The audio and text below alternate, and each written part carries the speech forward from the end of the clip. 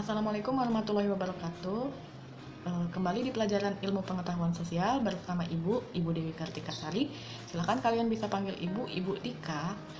Kali ini kita akan membahas mengenai materi interaksi keruangan dalam kehidupan di negara ASEAN. Kita langsung saja mulai materinya. Oke, bisa kita lihat di sini. Di layar ini kita bisa melihat bahwa ada peta konsep materi bab 1 yang nantinya akan kita bahas secara bersama-sama. Pada pertemuan pertama kali ini, kalian akan membahas mengenai yang namanya negara-negara anggota ASEAN, ya.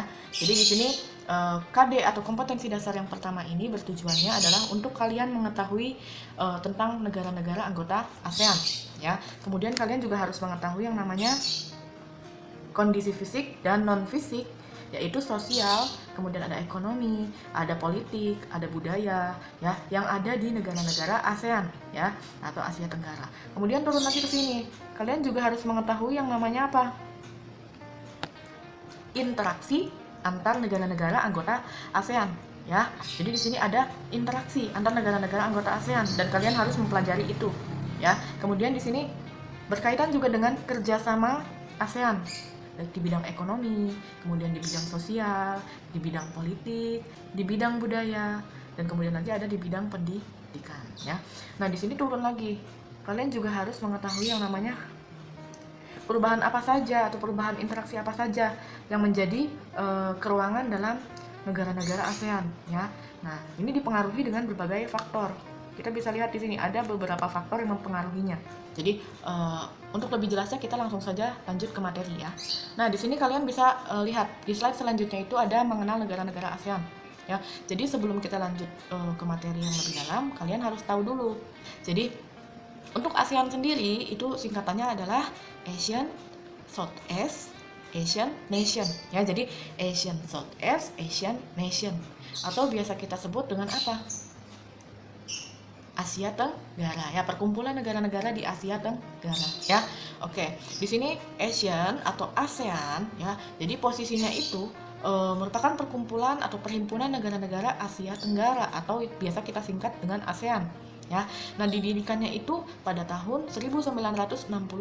Kita berbicara tentang sejarah, ya. Sejarah didirikannya ASEAN yaitu berdiri pada tahun 1967, tepatnya itu pada tanggal 8 Agustus.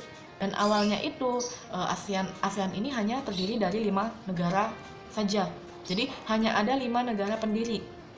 Nah, jumlah sampai saat ini itu ada 10 negara, ya.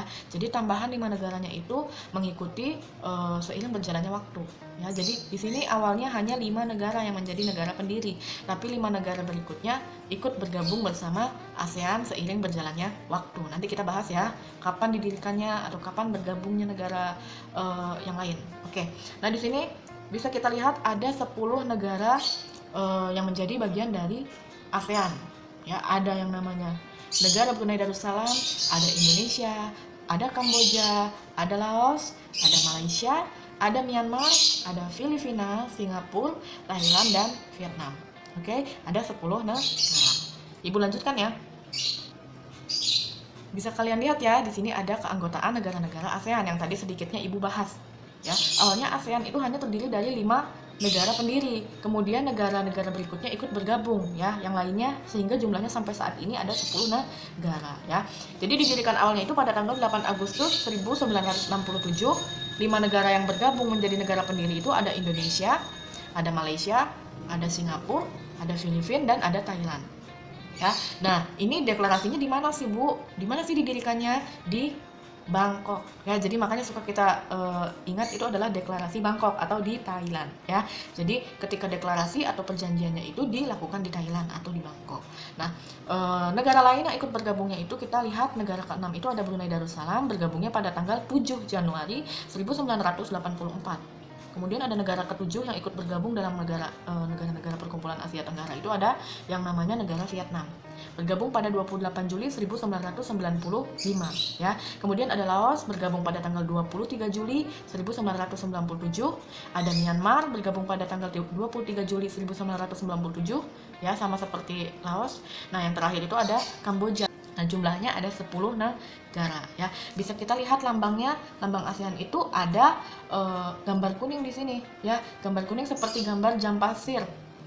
Itu jumlahnya ada 10 rangkaian ya, yang melambangkan jumlah negara yang bergabungnya itu adalah 10 ya.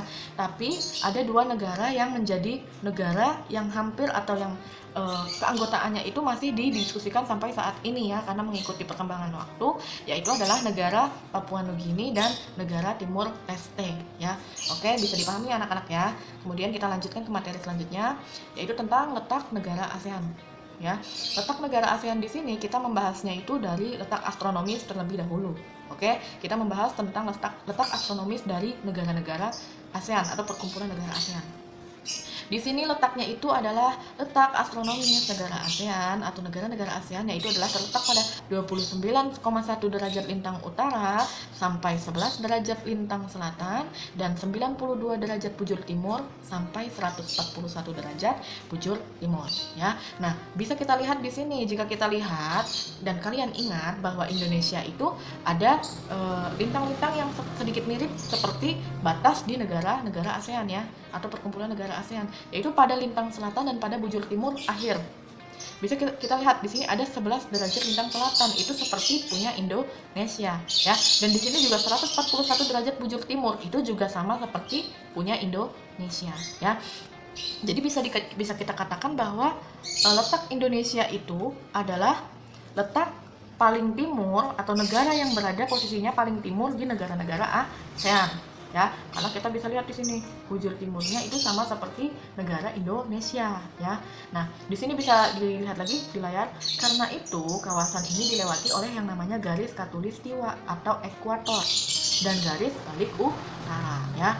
Nah, kalau kita ingat, kalau yang di negara-negara yang dilewati oleh yang namanya garis ekuator atau garis khatulistiwa itu dengan secara otomatis akan beriklim tropis ya, dan banyak hutan hujan tropis di dalam negara-negara yang ada di ASEAN ya.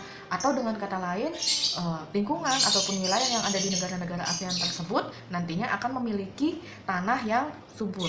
Oke ya, jadi akan memiliki tanah yang subur dan akan mendukung keadaan ekonomi, sosial ataupun politik dari negara tersebut ya, atau akan berpengaruh terhadap negara tersebut ya dalam bidang-bidang atau dalam berbagai bidang. Nah, di sini bisa dikatakan bahwa luas keseluruhan dari Asia Tenggara atau negara ASEAN adalah sejumlah 2.257.000 km persegi. Oke, bisa kita lanjutkan ya. Nah, di sini ada profil negara-negara ASEAN ya. Kita bahas 3 negara terlebih dahulu, yaitu ada negara Indonesia, negara kita, kemudian ada negara Kamboja dan juga ada negara Laos ya. Bisa kita lihat di sini, kita mempelajari atau kita mengenal mengenai yang namanya profil dari negara-negara ASEAN tersebut, dan harus kenal betul bagaimana sih keadaan atau bentang alamnya ya, bentang alam negara tersebut bagaimana sih. Kemudian juga ada kita juga harus mengetahui tentang kegiatan-kegiatan yang ada di negara tersebut ya. Keterangannya sudah ada di layar, bisa kalian lihat.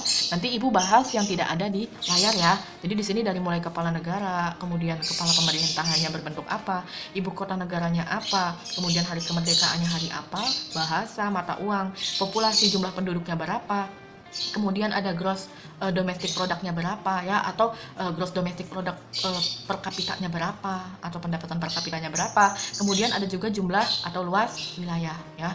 Jadi di sini nanti kita lihat kalau untuk Indonesia sendiri, ibu bisa bahas bahwa Indonesia ini letak astronomisnya itu berada di 6 derajat lintang utara sampai 11 derajat lintang selatan dan 95 derajat bujur timur sampai 141 derajat bujur timur ya. Dan di sini dikatakan bahwa karakter iklimnya itu adalah termasuk dalam iklim tropis ya. Kita bisa lihat di sini. Luas Indonesia itu adalah jumlah luasnya itu adalah 1.904.569 km persegi, dan itu bisa saja berubah ya seiring berjalannya waktu. Dan kemudian ibu bisa jelaskan di sini bahwa Indonesia itu juga masuk ke dalam zona laut teritorial ya, atau biasa kita sebut dengan ZEE, zona ekonomi eksklusif inklusif ya. Nah, sedikit Ibu membahas mengenai Indonesia karena Indonesia itu cukup luas ya dan sangat luas seperti kita ketahui, banyak keanekaragaman flora dan faunanya, kemudian kegiatan-kegiatan ekonominya, kemudian ada lagi di sini kegiatan-kegiatan industri ya dan segala macamnya. Maka Indonesia itu Ibu jelaskan cukup di sini ya. Kita sekarang beralih ke negara Kamboja ya. Jadi negara Kamboja bisa kalian lihat di layar, ada profilnya seperti Indonesia tadi, dari mulai kepala negaranya diberikan nama apa atau kepala negaranya dipegang oleh siapa ya, sampai dengan luas wilayahnya. Nah, di sini Ibu langsung ke luas wilayah. Coba kalian lihat, luas wilayah negara Kamboja itu adalah 181.035 km persegi ya. Jadi luasnya itu cukup jauh dari negara Indonesia ya. Bisa kalian bedakan. Luas negara Indonesia dengan luas negara Kamboja itu cukup jauh berbeda ya. Bisa kita katakan hanya 10%-nya saja ya dari luas negara Indonesia. Nah, di sini Ibu jelaskan sedikit tentang negara Kamboja ya. Jadi, negara Kamboja ini adalah iklimnya beriklim tropis ya, sama seperti Indonesia ya. Jadi di Kamboja ini, mohon maaf, di Kamboja ini sama seperti Indonesia, iklimnya adalah tropis. Kemudian bentang alamnya juga banyak memiliki yang namanya pegunungan atau gunung ya, banyak memiliki gunung ya. Kemudian di sini juga jumlah penduduknya cukup banyak ya, ada 16.245.729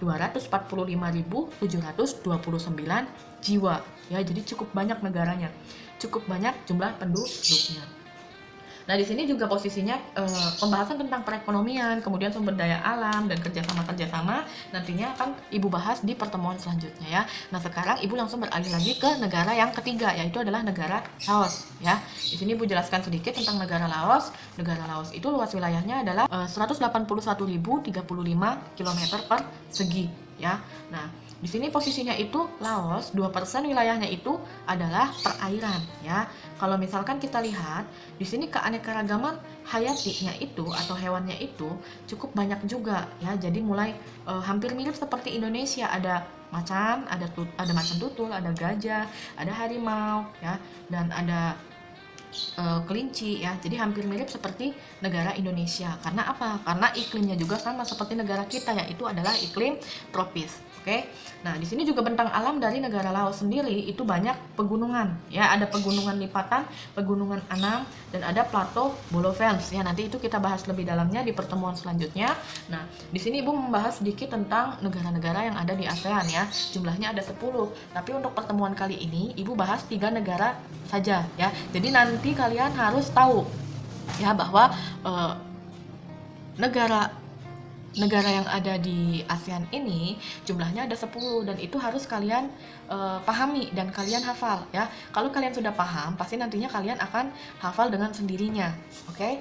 Nah, untuk pertemuan kali ini Ibu cukupkan sampai di sini. Nah, kalian ingat untuk pertemuan selanjutnya kita membahas mengenai 7 negara lagi ya, profil dari 7 negara-negara yang ada di ASEAN ya. Dan hal tersebut nantinya juga akan berkaitan dengan interaksi apa saja yang terjadi di negara-negara ASEAN.